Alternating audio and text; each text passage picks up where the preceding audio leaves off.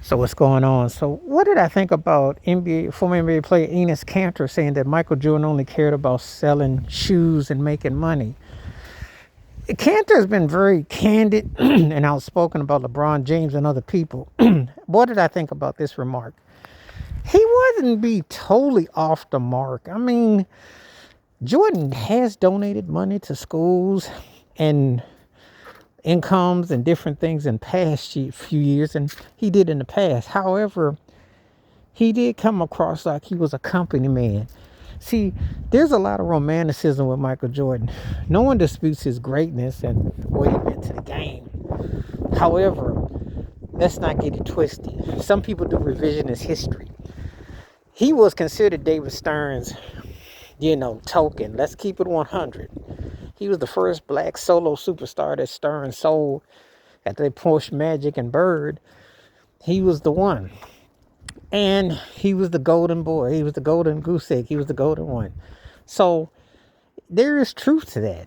He did promote this lifestyle. He is accountable because a lot of people lost their lives behind the shoes. He did all kinds of endorsements and he was covered. And there was this feeling amongst cats. As I grew up around that time, they were like, he great as a player, but we don't really mess with him personally. That was the Jordan MO. So some people can be revisionist about it. Some people can kind of, however they go about it. There was that kind of feeling about him. He was one of those brothers that let some people kind of call that he was a company man. And, kind of bought and paid for it. It's kind of how it was. So he didn't speak out on social issues. And let me be real with you. That's what LeBron appears to have an edge on him. I hate it though when people use that as a criteria to say why you think he should be ranked with him. LeBron doesn't deserve to be ranked with Jordan. But I will say this though. Jordan was not like Kaepernick or like Ali or even Craig Hodges or Madu Raul. He never stood on no issues. So I can understand why somebody can hit him like this because he did come off a certain way and he still does.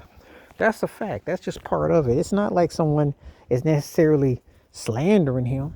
If they said that they felt that way, people talk. People talk.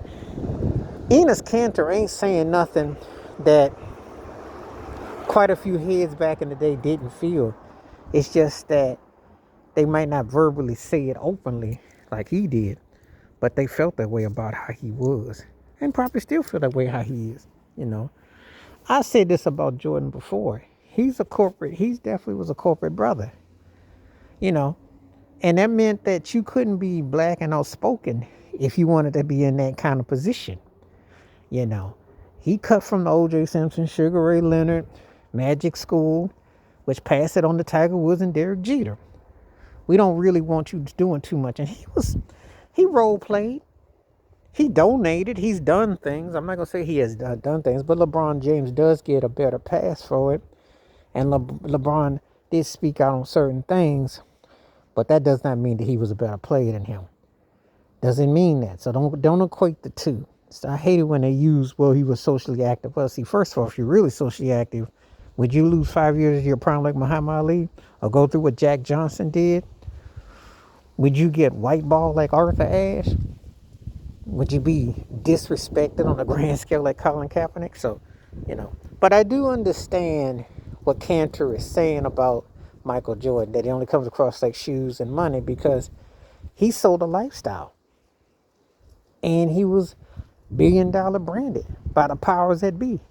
You know, I mean, you know who his personal manager is. You know how David Stern was.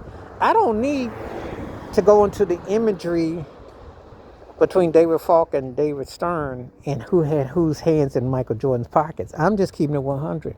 It's like that with all the corporate brothers, if you think about it, because it is a plantation. And I do know what Enes Kanter is saying.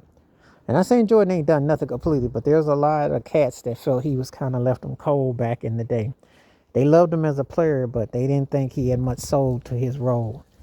That's where I understand what Kanter is getting at. And when he's coming from that angle, I heard that growing up back in the day. And we all felt that way.